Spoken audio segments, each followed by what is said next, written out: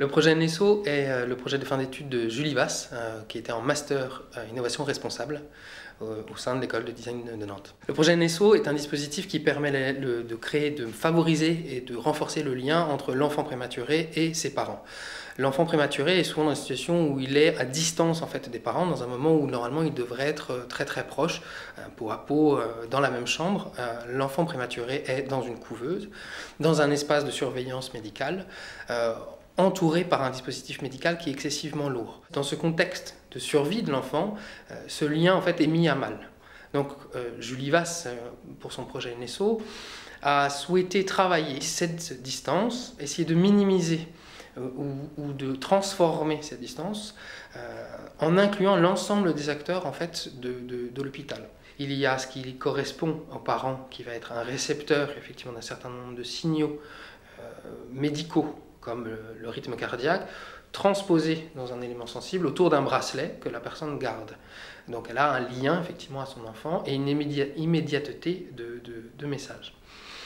Pour l'enfant, il y a une base simplement de captation et aussi une base dans laquelle le parent venant le voir peut inclure un échange. C'est-à-dire que son propre ressenti peut être transposé par des jeux de lumière ou des jeux sonores à l'enfant au moment voulu.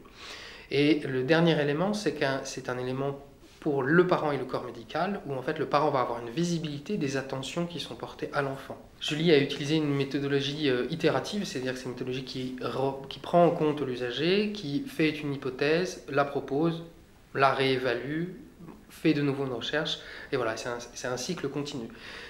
Chez Julie, effectivement, ça a pris une forme assez intéressante parce que du fait de l'univers excessivement difficile, elle exprimait beaucoup de doutes en démarrage en fait, de son projet sur la partie créative, pas sur la partie recherche parce que le besoin était très vite identifié, mais sur la partie créative parce que les limites d'intervention étaient excessivement réduites à son sens. Elle a quand même réussi à faire 3 propositions différentes de solutions sensibles, fonctionnelles.